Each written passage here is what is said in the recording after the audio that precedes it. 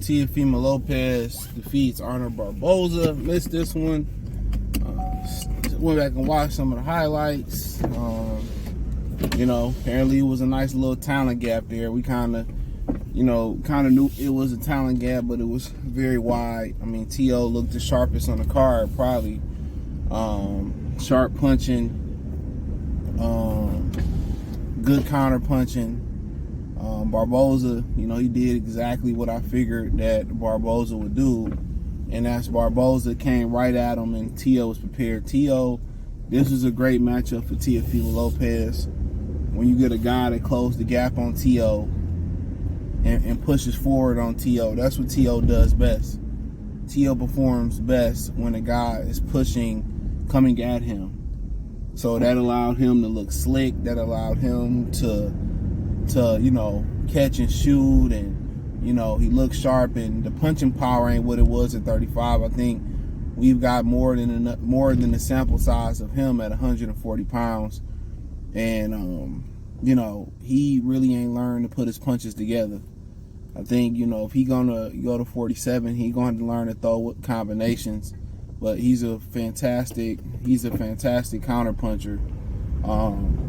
He was moving. Barboza, he landed some good shots last night, but he couldn't land that one shot. He caught Tio attention a time or two, but he couldn't land that he just didn't. He's not a puncher.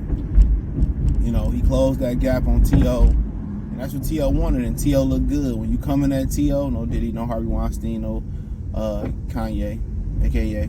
But when you close that gap on Tio performs better. Where if you box and stick and move and use the ring and make Tio come get you, Tio can't cut the ring off. His footwork ain't good enough to compete. But his footwork looked good.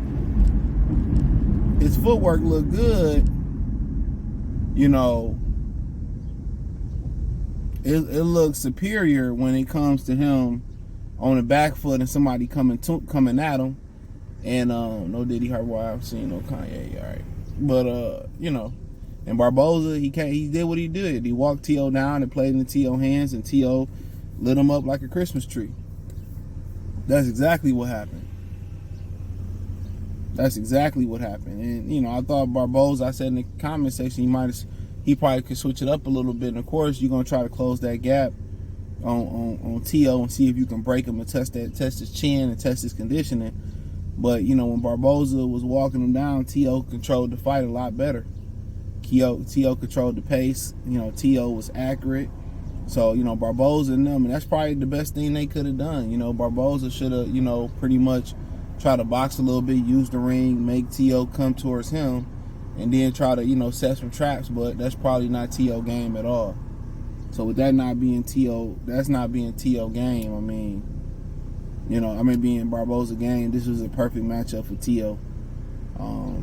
Barboza has some punching power, probably being we gotta be having a little bit different conversation, because he landed some shots, he took some chances, seemed to be the bigger guy in there. They be bullshitting at this light, and this light be for 2 seconds. But yeah, but it was just a perfect matchup for Tio. Perfect. He looked sharp, he looked fast, he looked quick, he looked comfortable. He just didn't look like he had that one-hitter quitter no more. And probably a wrap on the one-hitter quitter. He was just an elite puncher at 135. And now it's just time for him to switch it up and go to 100. And switch it up and start throwing combination punches. Time to switch it up. Start throwing combinations. Start doing 2s, 3s, 3 punches in combination. If he gonna go up and wait and fight top guys, he gotta throw combinations. He can box. He's a small guy. He can box well, move well. But when he move up, you're gonna have other athletic guys like Brian Norman and Jerron Ennis. His probably best bet is to stay at 140 pounds. That's probably his best bet. I just don't see him making the correct they're just not making the right adjustments to move up and way any further. He has to start beating guys with speed. He has to start beating guys with combination punches. He got to start, beating guys with throwing more than one shot. And right now, I don't think he's strong enough. I don't think he has the skill set enough to throw those combinations. That's just my opinion. That's my opinion. I don't think he got the skill set to throw those combinations.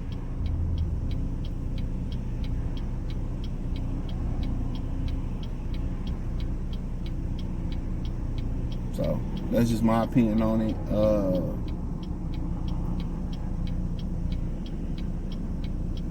But yeah. But so be it. But I think Barboza took you this long to get a title fight. Came up short. Might be over with. I mean, he is a name now, but might be over with. May not get another title shot. The talent gap was just, it was, I don't know if he can box and stick and move and use the I don't know if he can use the entire, I don't know if he could have boxed and used the square circle. That's what he needed to do. And then you build it up, until you cutting the ring off on him. You kind of see what I'm saying? You just building up to it where, okay, I come out boxing, sticking, moving, make him come to me. When Tio has to come and cut the ring off on the guy, he'd take unnecessary chances. He'd start jumping, throwing uppercuts, and he'd start doing things like that. He'd start taking unnecessary chances. When he make those mistakes, then I feel like, there's an opportunity to capitalize on those mistakes. So, and Barboza, they just chose to come out there and take it to Tio. And I get that, you know what I'm saying? Because, Tio, don't have the best conditioning, but he was in great shape for this fight. I get them trying to come with a different approach. But I think, best bet when you fighting Tio, stick, move. Use the ring. Make Tio come towards you. Make him make those mistakes and capitalize off those mistakes. Make him cut the ring off. Make him reach. That's just me personally. That's what I would do. But you got to have the soldier to carry out the game plan. I can't give you a game plan and you don't have the skill set to do it. That skill set don't come overnight. You know what I'm saying? And I be kind of just, that's why you want to have a complete fighter. You want to have a complete fighter. You want to have a complete fighter, and a lot of these guys don't be complete. But you think every fighter should be able to box a little bit, but he should have boxed them. And I said that, I figured that he would, that's why I picked Tio. I figured he would come out there, walk Tio down, pressure Tio. I figured that would be the case. And that's exactly what happened to Tio. Just outpointed him. Yep, Tio outpointed him. So, but going forward, if I'm Tio, I just try to be the king of 140. A guy like Hitchison might cause some problems, but he just don't have enough offensive firepower. That might look like another Jermaine Ortiz fight. I heard he said F Shakur and F Crawford after the fight. I mean, who cares? Quite honestly, who do I, him and Shakur and Tio, that'd be an interesting fight. I probably still favor Tio. Shakur. But, because Shakur got a problem with cutting that ring off. So, with Tio got a problem with cutting that ring off, that's going to be a huge issue for him. But all in all, Barboza, it was a huge talent gap. Tio showed it. And, Tio, if I'm him, I stay at 140. Flat out, I stay at 140.